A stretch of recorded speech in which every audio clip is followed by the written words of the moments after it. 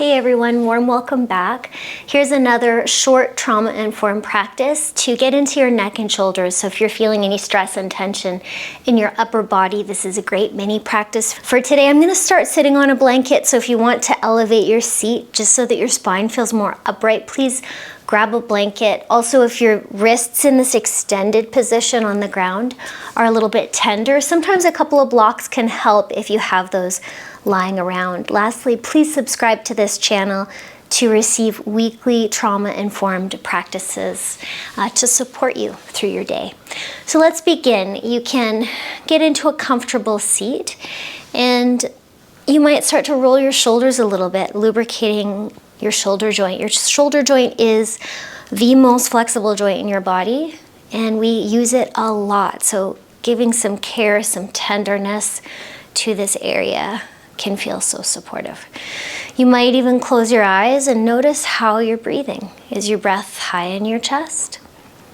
Is it a little lower around your ribs, maybe in your belly? Simply by noticing your breath, bring your attention into your body and onto the mat. Might take a big breath in here and exhale it completely. Let's start with a side bend. So taking your right arm out to the side if you like, bend your elbow a little bit, and you might start to feel a stretch in the left side body here. You can pin your left hip down to get more of a stretch, and you can also take your arm up, maybe up, out, and over, like you're throwing a ball over your head.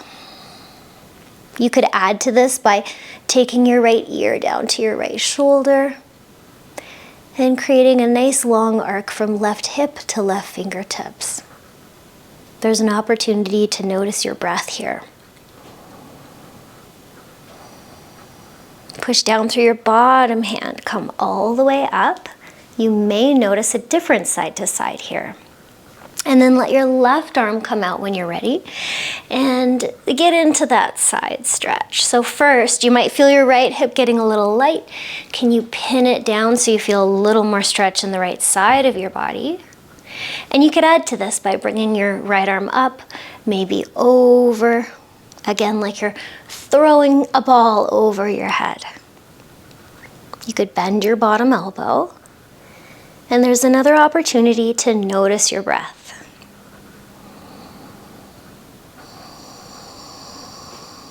And this is your practice, so you can add to anything and you can take things away.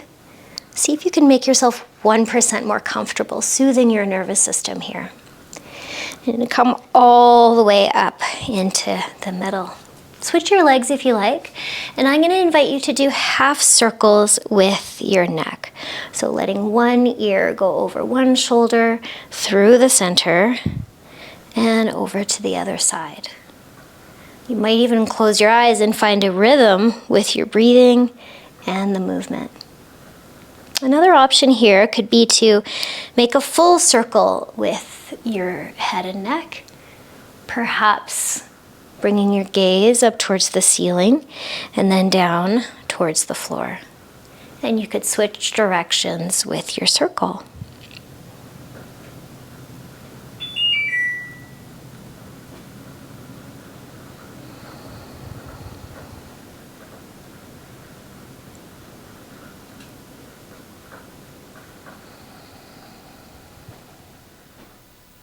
Coming into the center.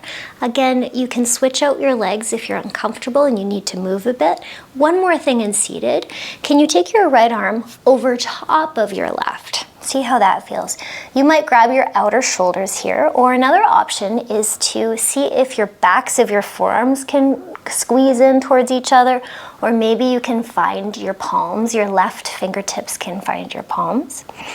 However you are, can you let your right ear rest on your right shoulder? So you're taking your neck sort of out of the equation, resting it a little bit wherever you are. And then you could make little circles with your elbows.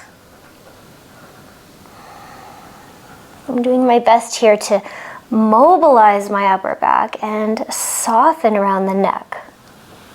Your neck loves to help out with a lot of things, and it tends to get involved when the senses are overstimulated. So giving it a little break if you can. You can switch directions of your circle. Okay, you can release that all the way out, big wingspan. And then your left arm over top, elbows stack a bit more. Maybe you're giving yourself a hug and you're letting your left ear really rest on your left shoulder. Or for some of you, the forearms might try to squeeze together, or you could kind of try to find your left palm with your right fingers. Wherever you are, can you let your neck release towards your left shoulder? Little right side neck stretch. And then you're invited to make these circles, and they can be at your own pace. You might link your breathing and your movement together, being aware of how they fit.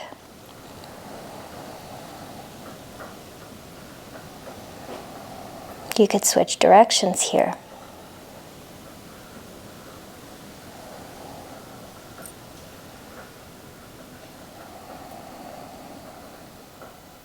And then you could let your arms go wide here, reach out your wings, let your fingers drape if you like you're hanging your wings out to dry, and then let your arms come down. So nice. Okay, let's shift onto a tabletop position. And in your tabletop, you can move your blanket over to the side if you're using that. And you can, if you're feeling that wrist pain in that extended wrist position, sometimes it's nice to take blocks on their medium height like this and curl your fingers around and really grip your fingers. And sometimes that can soften the angle on your wrists, maybe even taking your arms a little bit more forwards. So that's an option. Or come down and measure yourself so that your wrist is underneath your shoulder and your knee is underneath your hip. Let's get into some cat-cow movements. So the cow movement is letting your spine arch, maybe looking up. And the cat movement is like an angry cat, tucking your tailbone and pushing the ground away. And you can alternate through those, and an option could be to exhale as you round and bring your belly towards your spine, and inhale as you arch and drop your chest to the floor. You could do a few more. You're welcome to close your eyes and tune into that connection of breath and movement. I'm going to give you one more option here. So you might open your eyes. You could even come up onto your fingertips or up on those blocks, be a little more in your legs, and then start to roll around your shoulders. So anything goes here, it's all correct. I'm kind of making figure 8 movements, and again, bringing some movement, some lubrication into the shoulders, some fluidity, and unlocking through the upper back. You could take your hands flat if that's fatiguing, and then do a little side-to-side movement with your spine, shifting your side ribs to the left and to the right. So gentle unwinding here for anything that feels stuck or stiff or immobile. Nice. And another thing we can do here is walk the hands forwards. So try to press down strongly into your hands if you're doing this, and let your hips move back. It's like a downward facing dog from your knees, and let your forehead maybe come to the floor. If you have a block and it's too much reach, put a block underneath your forehead or the space between your eyebrows. Some of you might even grab the edge of your mat and pull on it and then kind of look forwards. Now there's one more thing you can do here is tone your arms a little bit and then almost do that cat-cow movement here. So you're kind of rounding and coming out of that hammock pose in the spine, and then arching and maybe even looking a little forwards or hairline to the floor. You could do one more strong straight arms. Feel the energy in your arms.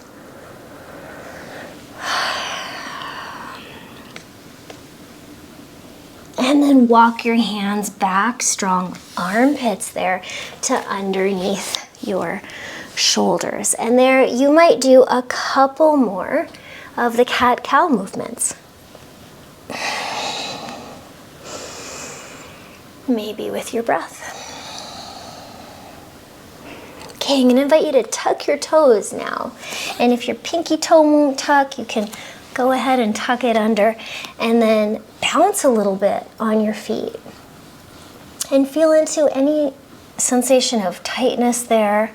And then two options for you here. You could see if you could sit on top of your heels and bounce a little there. So this is likely a really strong sensation in your feet, opening up the fascia underneath your feet. You could come up to a kneeling position, whichever one you choose. Let's take our right arm behind the head, if you can reach that. And then left arm comes to the right elbow. Try not to back bend here. And you could kick your head back into your arm, wherever you are. If you're sitting on your heels, it might get to be a lot of sensation, and you can always come out to the tops of your feet and go back to tucking your toes. And then release that out. Find this almost like a goalpost position. Arch your spine and then round your spine and bring your forearms together. So that's the option, is to arch your spine and then round your spine and bring your elbows together. So wherever you are there, take breaks if you need to. If you're sitting on your heels, you can take your left arm behind. And you might grab it and kick your head back and try to get a little longer through your spine. Nice, whichever foot variation you are choosing, then you can open it up and make that like a big goal post and arch your spine and then round and let your forearms come towards each other. Again, arch and round. And then come to neutral there, and if you've been sitting on your heels, for sure you can come up and pitter patter. If you did that long of a hold, that's very strong work. And then come back to walking your hands a little in front of the shoulders. And you're invited to take your right arm up here. It's kind of an awkward twist. And then slide it underneath your left armpit and take your temple to the floor. So now you're rotating in the upper back. I'm going to give you an option here. You might pick yourself up a bit and reach a little more through your right arm. You could stay here and take a few breaths. Another option is to free your left arm and open it and close it a little bit. And your head could even follow your fingers, like your gaze could follow your fingers, and just see if you can get a little more rotation, if you like, into your upper back. I'm going to inhale, expand my lungs and open. You can join me with that. And exhale and close. Maybe one more.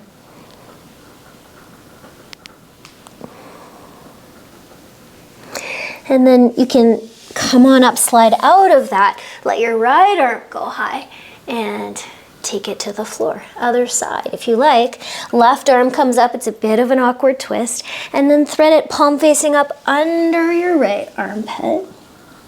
Temple to the floor. You might stay there. You could come up. You could slide it a little further, going to that place of intensity that feels just right for you today.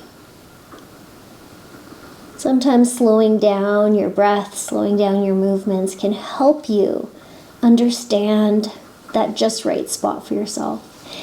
An option here is to take your right arm and kind of open it. Maybe your gaze follows and close it. Open it. Your shoulder blades can kind of squeeze together a bit there and close it. And just go to that intensity that feels just right. Maybe today a little more intensity, a little more pushing into the edges, and maybe some days a little more gentle, a little more soft. Non-judgmental of what you're needing. And your right hand can come down and slide on out. And again, you could go to one of those movements we were doing, maybe a cat-cow movement. Maybe the shoulder rolls.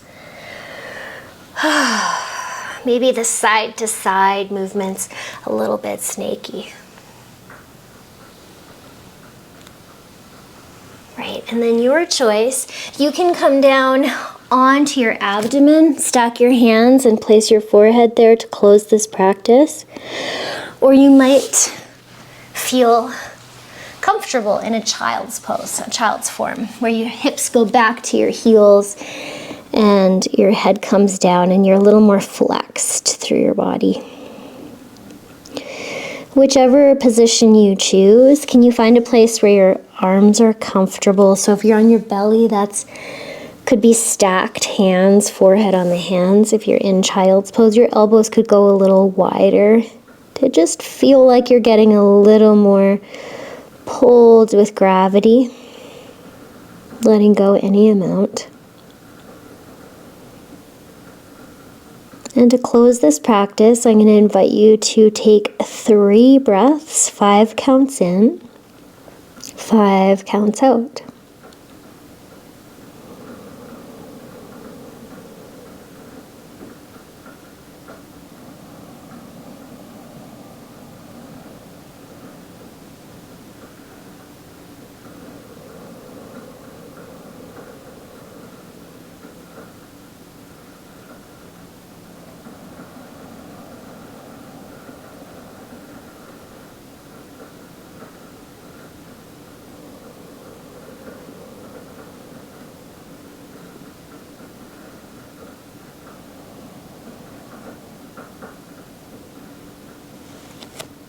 Okay, so you are invited to come on up, and you could come back full circle if you like to the seat that you started with, maybe elevating your hips.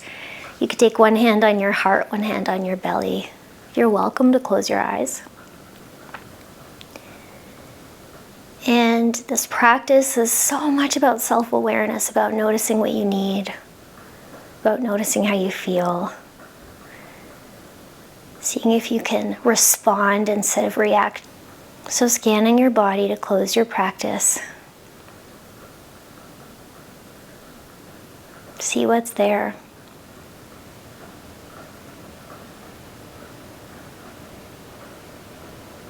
And I want to thank you so much for sharing in this practice with me today. Peace.